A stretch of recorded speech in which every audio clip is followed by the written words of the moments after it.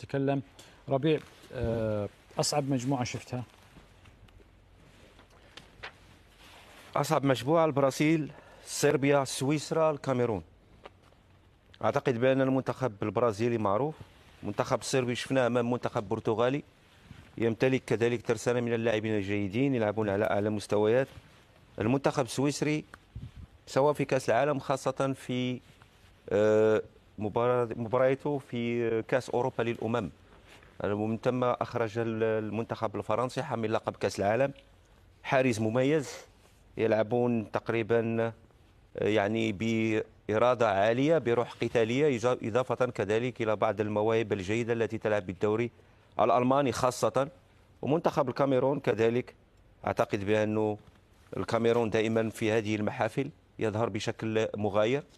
الأكيد بأنه سيكون لديه الحافز من أجل ممكن تكرار ما حققه خاصة جيل التسعينيات في 1990 لما لعب دور الربع. في رأيي الشخصي أنا نشوف بأنه هذه المجموعة اللي تعتبر أقوى من المجموعات الأخرى، ويمكن يكون هناك تشويق يعني في هذه المجموعة. جزار تفضل. في مواجهة طبعا أكيد العالم كله هينتظرها في المجموعة الثالثة، الأرجنتين وبولندا، مواجهة ميسي ضد ليفاندوفسكي أفضل لاعب في العالم.